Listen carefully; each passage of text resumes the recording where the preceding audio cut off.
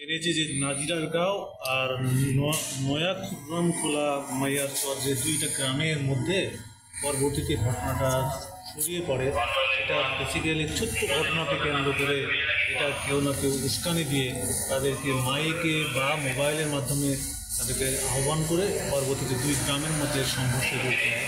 তারা এই কাঠকে মেরেছে, কিন্তু যে ঘটনাটা সূত্রপাত হয়েছে যতটুকু আমরা জানতে পারছি এই পর্যায়ে যে চা খাওয়ার ঘটনাকে কেন্দ্র করে পরবর্তীতে একজনের সাথে কথা কাটাকাটি একটা শর্ট থাপ্পড় মারতে পারে, সেই ঘটনাকে কেন্দ্র করে এইভাবে গ্রামের মধ্যে সংঘর্ষ ছড়িয়ে পড়ে।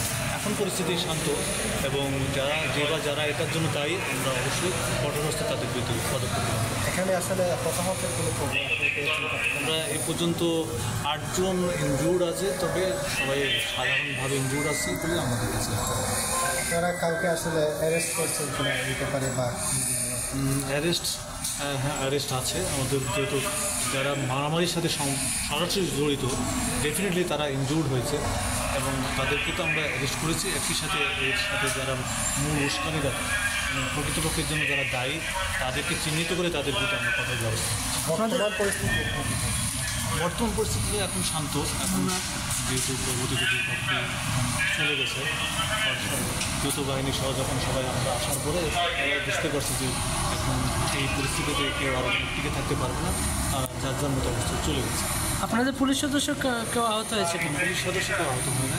আমরা ছোট্ট ঘটনা থেকে আমরা এটা আসলে বলতে চাই যে এই ছোট্ট ঘটনার জন্য রমজান মাসে মানুষের ধৈর্য কত কমে গেছে, যে এটা তো উচিত ছিল যারা নেতৃস্থানীয় বা সিনিয়র লেভেলে যারা তারা এর বিষয়ে একটু সাথে সাথে নিবৃত করা, সেটা আমার মনে হয় সেই ক্ষেত্রে তারা সেই ভূমিকা রাখে না রেখে বরং দুই গ্রামের মধ্যে গুজব রটিয়ে দিয়ে এটা পরিস্থিতি আরও ঘোলা করার চেষ্টা করা হয়েছে, সেটি আসলে খুবই নিন্দনীয়।